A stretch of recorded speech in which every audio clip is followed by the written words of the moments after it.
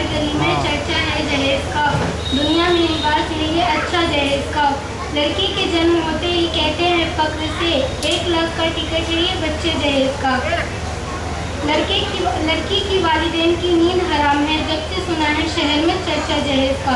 मोहतरम हज़रात और मेरी पर्दानशी माँ और बहनों, एक वो दौर था जब लड़कियों की पैदाइश को मौजिक नंग बहार समझा जाता था।